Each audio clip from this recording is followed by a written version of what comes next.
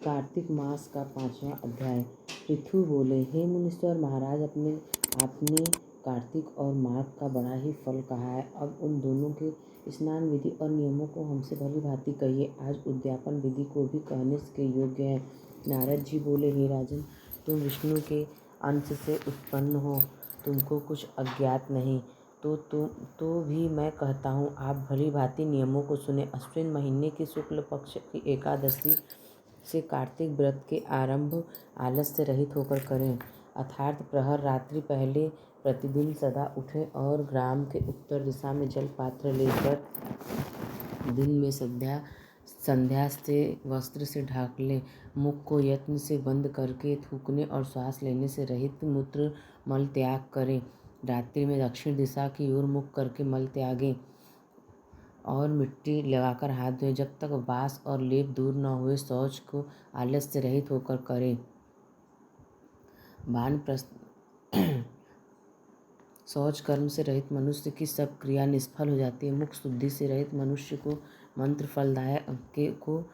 फलदायक नहीं होते। अतएव दांतों और जीभ की शुद्धि भी यत्न से करो। दंत धावन के निमित्त वृक्ष की इस प्रकार प्रार्थना करें, आयु बल यश तेज संपत्ति द्रव्य वेद पेट पठन एवं बुद्धि से वनस्पति तुम हमको प्रदान करो। इस मंत्र को पढ़कर 11 अंगुल गुल्लर आदि किसी दूध के वृक्ष में दातुन लेकर शुद्ध करें, किंतु छया और व्रत के दिन दातुन न करें। प्रतिपदा, अमावस्या, नवमी, छठ, रविवार, चंद्र और सूर्य ग्रहण के दिन भी दातुन न करें।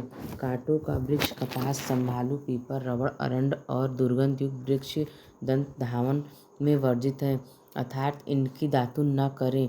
तदंतर प्रसन्न मन से पुष्प गंध तांबूल लेकर भक्तिभाव युक्त विष्णु अथवा शिव के मंदिर जाए। वहाँ देवता को पाद्य अर्पण अर्घ्य आदि उपचारों से पूजन स्तुति तथा नमस्कार करके गीत आदि मंगल गान करें। ताल, बेड़ू, मृदंग आदि ध्वनि से युक्त नाचने वाले समेत गवैयों का स्वरूप होते हैं। सतयुग आदि में तप यज्ञ ज्ञान भगवान को प्रसन्न करते हैं, कलयुग में नहीं, क्योंकि कलयुग में केवल गान ही प्रशंसा की ही प्रशंसा है। हे राजन, मैंने भगवान से पूछा है, देवेश आप कहाँ निवास करते हैं? तब उन्होंने उत्तर दिया, हे नारद, न मैं वैकुंठ में निवास करता हूँ, न योगियों के मन में। मेरे भक्त का जहाँ गान होता है मैं वहीं स्थित रहता हूँ।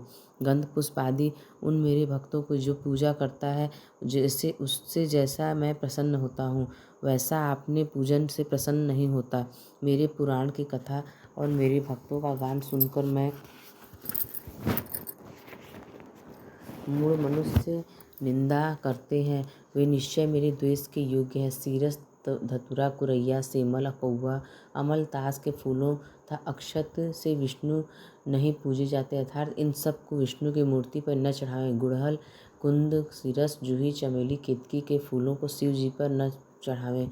लक्ष्मी की इच्छा रखने वाला मनुष्य तुलसी पत्र से गणेश और दुर्वा से दुर्गा की पूजा न करे। तैसे ही अगस्त के फूल से सूर्य की पूजा न करे।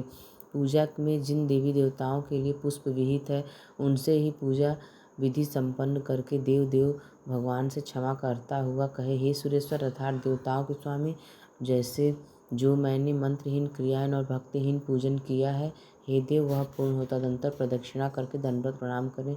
भगवान से अपराध क्षमापन करके गान आदि समाप्त करके जो मनुष्य कार्तिक की रात्रि में विष्णु तथा शिव की भली भांति पूजन करेंगे, वो मनुष्य अपने पुरुषों समेत पाप रहित होकर वैकुंठ भवन को जाएंगे। नमस्कार।